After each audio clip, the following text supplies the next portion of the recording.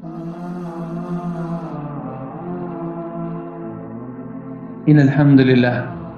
الحمد لله نحمده ونستعينه ونستغفره ونعوذ بالله من شرور أنفسنا وسيئات أعمالنا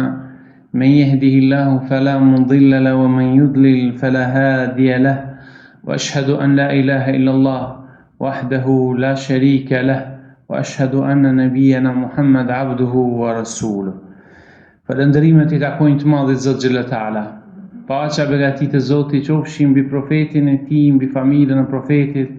dhe mbi gjithë besimtarët musliman që ndjekin dhe ecin sipas hapave të pejgamberit sallallahu alaihi wasallam. Ajo më së shumti që u intereson muslimanëve pikërisht sot, kur jemi në pragun e muajit të madhreshëm të Ramazanit, u intereson muslimanëve të dinë se si duhet ta presin musafirin e Zotit. Për atë pejgamberi sallallahu alaihi wasallam dashur të me, se herë që ka ardhur Ramazani I ka përgëzuar shokët e tij, familjen e tij, të dashurit e tij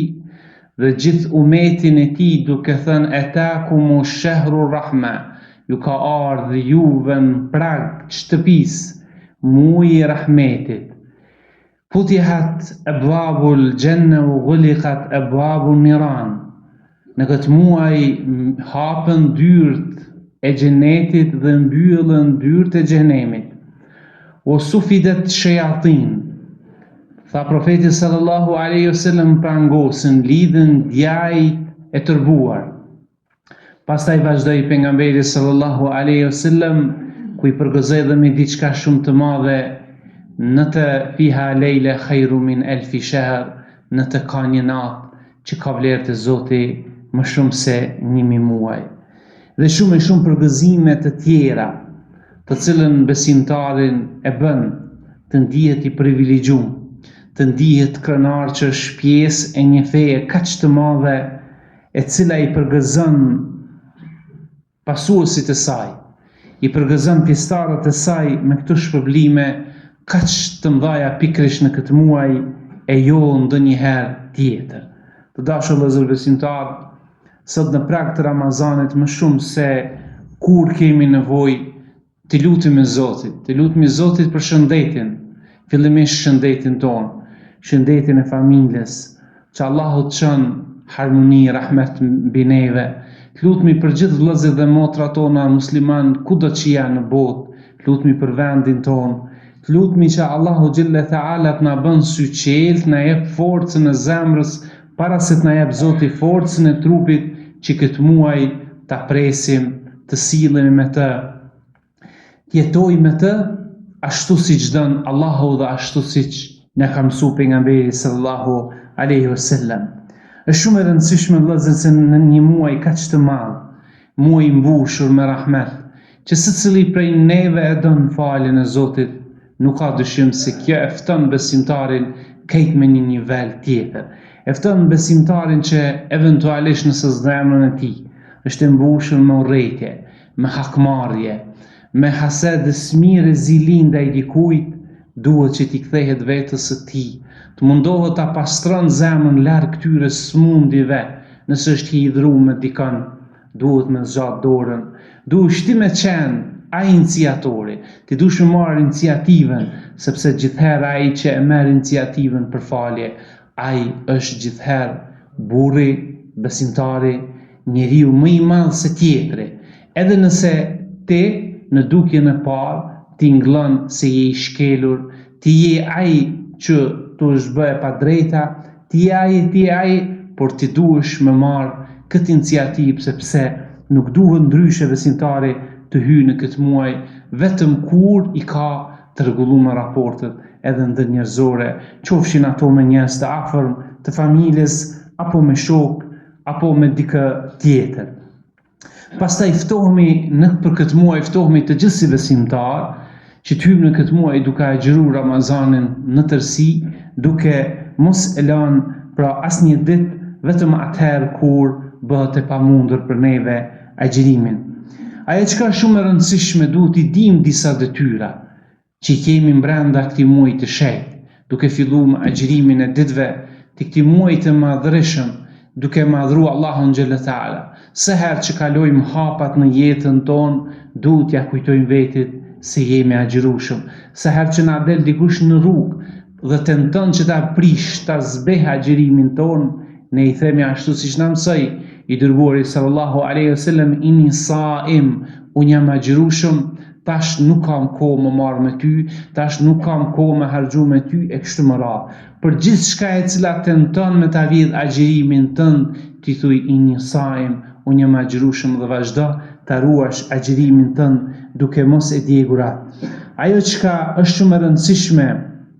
për muslimanin është një detyrë që nuk duhet të lihet asnjëherë brenda agjërimit dhe jashtë agjërimit, ajo është falja e namazit. 5 herë në ditë, jo një herë, jo 2 herë, jo vetëm gjatë kohës agjërimit, jo vetëm namazit teravive, jo vetëm bajrami, por muslimani e fal namazin 5 herë në ditë. Një lidhje e cila e lidh, e ngrit lart me Zotin e vet, një thirrje që Allahu a bën 5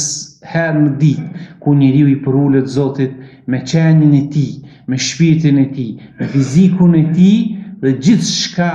që ai kërkon dhe gjithçka që i dhem atij, ja dedikon dhe ja tregon Zotit vet, pikrisht kur është në namaz. Tha profeti sallallahu alaihi wasallam, robi i Zotit më së afërmi që është me Zotin e vet është atëherë kur është në sejdë. Ky është vendi më i mirë që Zoti e don, sepse aty Zoti i nin përshpërimat e zemrave tona, e gjuhëve tona, ajo çfarë ne kemi dëshirë të realizojmë dhe ajo çfarë ne kemi nevojë t'i largojmë nga vetja tonë, bela, smundje e kështu me radhë. Dashur të mirë vëllezër besimtar, ajo që i vjen muslimanit për më përgatit për këtë muaj, i vjen do thotë ai me lexu. Më mundu që ta kaloj kohën me lexime aty ku ka libra të cilët flasin për dispozitet e agjërimit, ka në YouTube me mia ligjërata kur ja bën vetit spaku çdo ditë ta ndëgjoj ligjërat, ka laramani të programeve të ndryshme në ekranet televizive ku ju përcjellni intervista të hoxhallarëve, njerëzve të ndryshëm të cilët u japin dhe u përçojnë mesazhe, shfrytëzoni këto sepse ky është një bagazh i madh me të cilën pajiset besimtari. Dhe ajo çfarë na vjen të dimë gjatë këtij Ramazanit, që të jemi nga ata të cilët gjithherë përçojnë paqe, përçojnë fjalë të mira, shpërndajmë do thotë mesin ton, gjithherë ajo çfarë i vjen njerëzve dhe largohemi nga çdo gjë e cila e prish jeshin e Ramazanit, dhe ajo çfarë na vjen neve gjithherë ta dimë, ta kemi një plan program secili për veten e tonë, ku ne mes agjërimit kemi lutje, kemi lexim të Kuranit, kemi sadaka, kemi ndihmës të njerëzve të cilët kanë nevojë, kemi vizita të atyre që kanë nevojë për neve e kështu me radhë. Dhe ajo që është e mira që dyrt e muslimanëve nuk duhen më mshel në Ramazan, por duhen mu qel dyrt dhe mu shtru sofrat e tona në shtëpiat tona, jo në restorante. Po shkoheni dhe po ankoheni se ofertat e Ramazanit janë në për restorane shumë lartë, sepse ne ja kemi mundësu këta. Ne nuk kemi duke u shtru sofrën tonë në Ramazan.